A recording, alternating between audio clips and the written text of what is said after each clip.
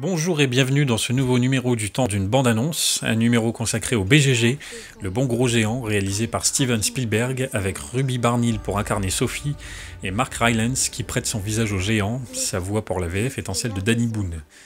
Alors on a beau s'appeler Spielberg, ça ne fait pas tout.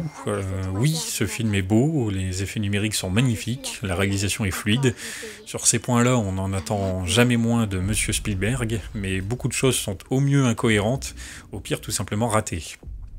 Alors pour ce qui est de l'incohérence, on a par exemple une certaine magie qui se dégage avec cette histoire de rêve attrapé puis distribué, mais excepté pour la toute fin, c'est finalement totalement superficiel et inutile dans le récit. On a la scène du déjeuner qui est très drôle, mais est en total décalage avec le reste, un peu plus féerique et parfois même sombre. Un autre élément qui n'est que partiellement réussi, ce sont les personnages principaux.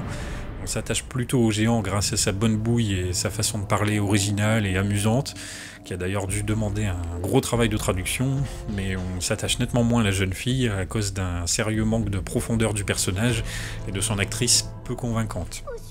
Pour ce qui est des ratés, le film est globalement très mou. Il y a un vrai problème de rythme, on s'ennuie, d'autant qu'on n'a pas la moindre idée d'où le récit va nous emmener, étant donné que les deux personnages principaux n'ont absolument aucun objectif durant toute la première moitié du film. Et pour une œuvre destinée aux enfants, l'atmosphère n'est que trop rarement magique et mignonne, et si l'idée est justement de ne pas les traiter comme des enfants, la tendance est pourtant plus à la stupidité qu'à la simple naïveté.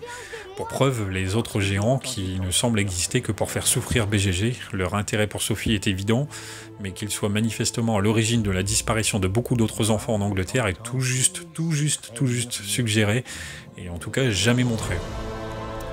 Il est à noter que ce film est adapté du roman de Roald Dahl, publié en 1982, et il lui est pourtant très fidèle. Alors quand on n'a pas aimé, faut-il se plaindre du film ou du roman ? Merci de m'avoir écouté, et n'oubliez pas, le temps d'une bande-annonce reviendra.